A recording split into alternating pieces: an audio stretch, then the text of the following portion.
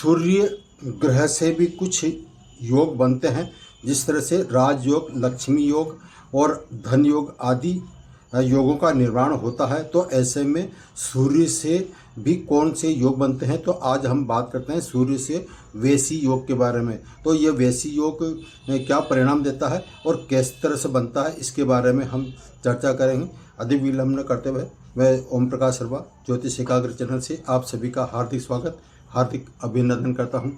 आज का विषय है सूर्य ग्रह से प्रबल राजयोग, धन योग और लक्ष्मी योग। इन तीनों योगों का निर्माण सिर्फ एक योग से बनता है।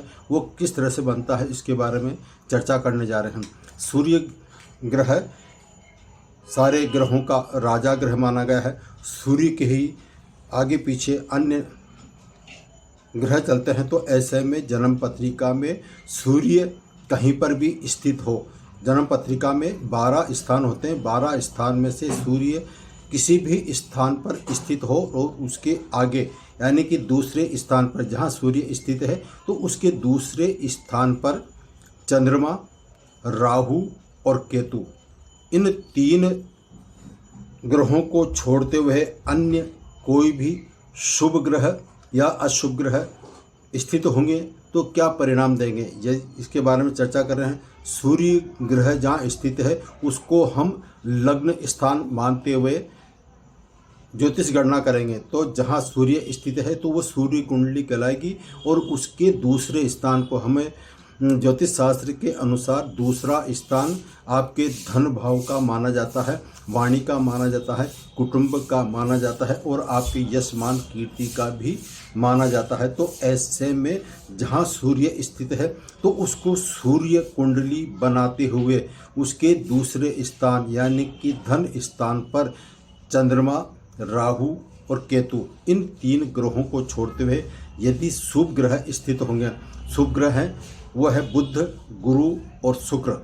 वैसे शुक्र ग्रह सूर्य का परम शत्रु है, उसके बावजूद भी यदि जहाँ सूर्य स्थित है और सूर्य के दूसरे स्थान पर यदि शुक्र स्थित है तो ऐसे में सूर्य की महादशा हो या फिर शुक्र की महादशा हो, अंतर्दशा हो, प्रति अंतर्दशा हो, ये सूर्य के बाद में और सूर्य जो भी परिणाम देंगे वो शुभ फल ही माना जाएगा। यह सूर्य की महादशा चल रही है और उसमें शुक्र का अंतर्दशा आती है, प्रति अंतर्दशा आती है।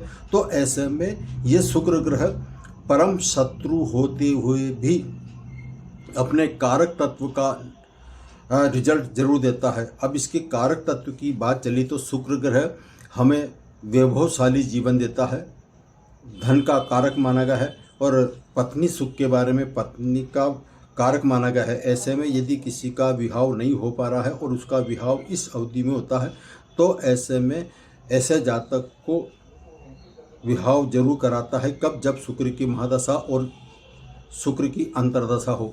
ठीक इसी तरह से सूर्य के आगे शुक्र जहाँ स्थित है तो शुक्र आपको वैभवशाली जीवन सब कुछ दे सकता है।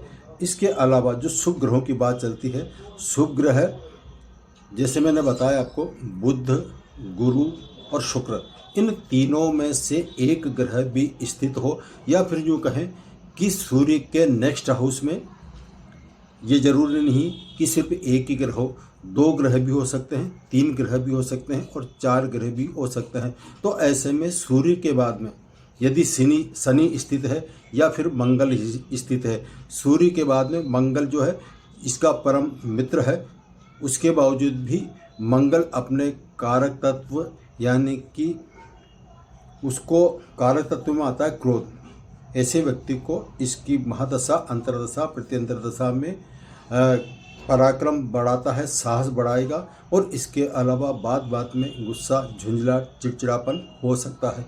इसके अलावा सूर्य के दूसरे स्थान पर शनि स्थित हो। अब ये शनि जो ग्रह है, ये शनि वैसे देखा जाए तो सूर्य के बाद में दूसरे स्थान पर यदि शनि स्थित होगा तो ऐसे जातक को ये शनि महादशा, अंतर्दशा या फिर प्रति अंतर्दशा में मेहनत के अनुरूप फल देगा।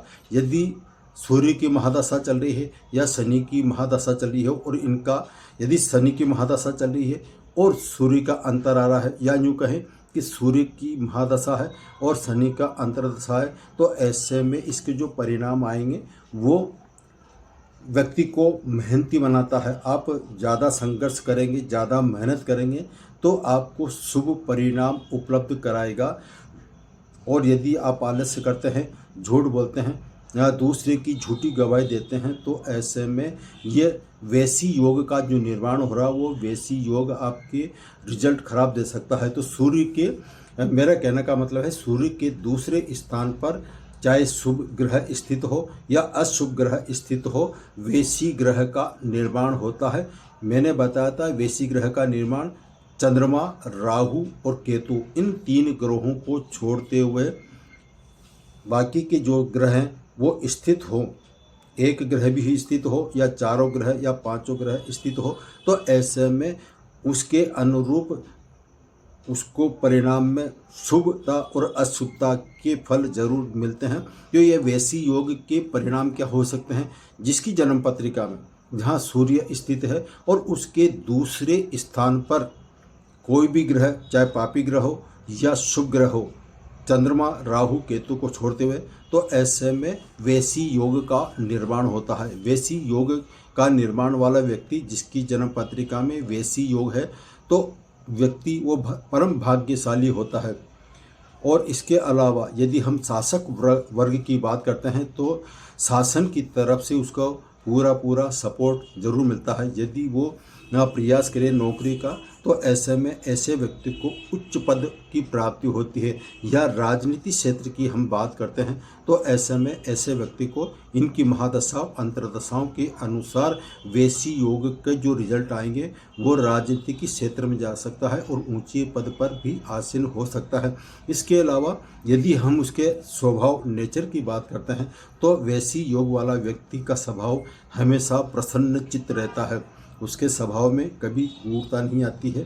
चाहे शुक्र, सूर्य से शुक्र स्थित हो तो उसके आकर्षक यानी कि उसके चेहरे में निखार होगा।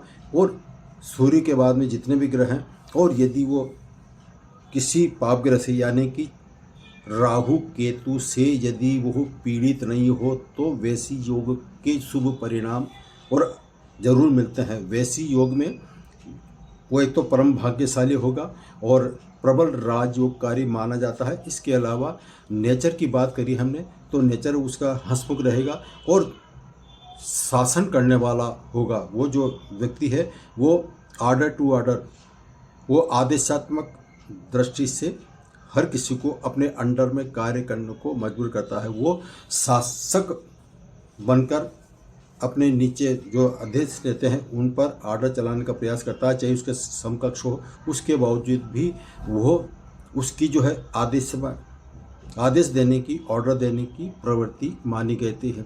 इस तरह से सूर्य से बनने वाला वैसी योग वैसे भाग्यशाली, प्रसन्नचित्त, शासक वर्ग से परम सहायता, उच्च पद की प्राप्ति और वैभवशाली जीवन जीने वाला माना जाता है। तो वैसी योग वैसे शुभ ही परिणाम देता है, अशुभ बहुत कम स्थिति में देता है। तो आज वैसी योग के बारे में हमने चर्चा की।